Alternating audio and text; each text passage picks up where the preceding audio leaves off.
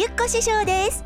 さあ今回は師匠のレシピの中で人気のささみチーズ焼きを使って野菜たっぷりのサンドイッチを作ってみました。アイディアをくださった方ありがとうございます。おつまみ作って飲もう。人参は1/2の1本程度、皮を剥いて細めの千切りにします。今回は6枚切りの食パン1枚を使った分量になります。だいたい1人前が目安です。切った人参をボウルに入れたら、ここに塩レモン小さじ1程度を入れます。この塩レモンは島さんのレシピですごく気に入っています。別動画がありますのでぜひ参考にしてください。塩レモンを入れたらよくあえて5分ほど置いておきます。キャベツは1/2枚から1枚程度千切りにします。今回は大きい葉っぱ1枚切ったのですが少し余りました。切ったキャベツは水にさらしておきます。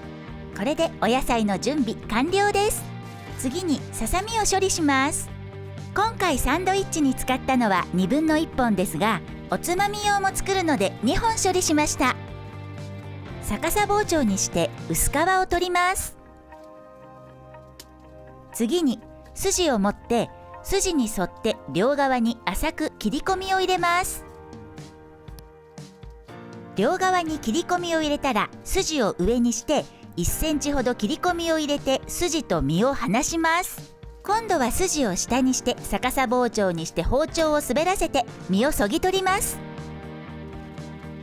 まずは薄皮を取って筋を持って両側に切り込みを入れて1センチほど切り離して逆さ包丁で身をそぎ取ります。筋が取れたらささみをまな板の上に置いてラップやまな板シートなどをかぶせます。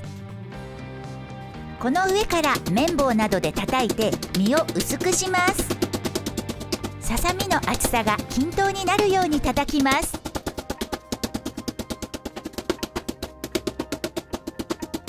だいたいこんな感じ。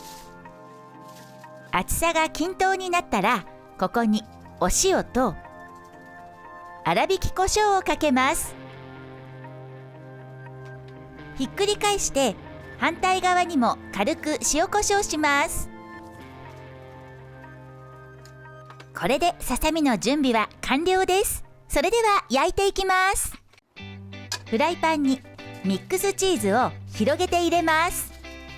あまり重ならないように広げて溶かします。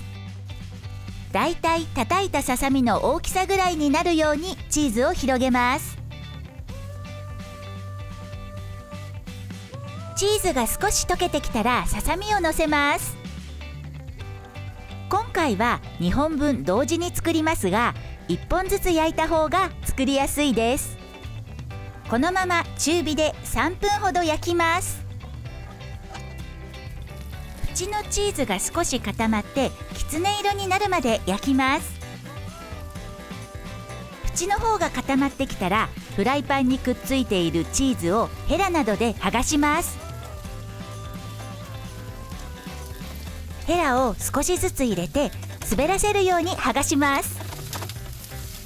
全体がスルスルと動くようになったらひっくり返します。こんな感じ。反対側も 2,3 分焼きます。これでささみチーズ焼きは完成です。食パンは6枚切りのものを使いました。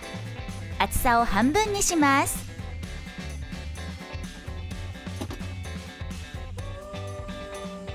これをトースターで軽くトーストします。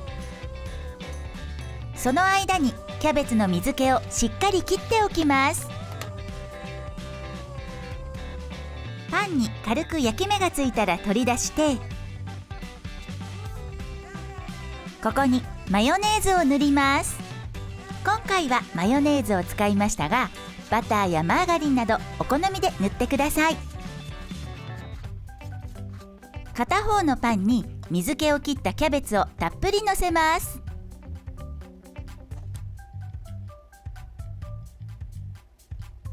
片方のパンをちょっと待機させてささみチーズ焼きを切り分けます。今回サンドイッチに使ったのはだいたい1/2の1本分ぐらいです。パンに入るぐらいの大きさに切ってのせました。残りのささみチーズ焼きは切り分けておつまみにしました。ささみチーズ焼きの上に塩レモンで和えた人参をのせます。この上にパンをかぶせます。挟んだパンをクッキングシートやラップなどで包みます。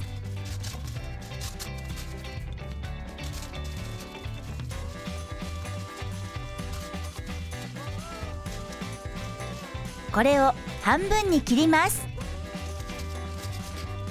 切った断面はこんな感じ。お皿にのせてささみチーズ焼きサンドの完成です。おつまみ用も完成。さあ、今回はささみチーズ焼きを使ってサンドイッチを作ってみました。ささみが半分でも野菜がたっぷり入って食べ応えのあるサンドイッチになりました。ぜひお試しください。それではまた別の動画で。バイーン。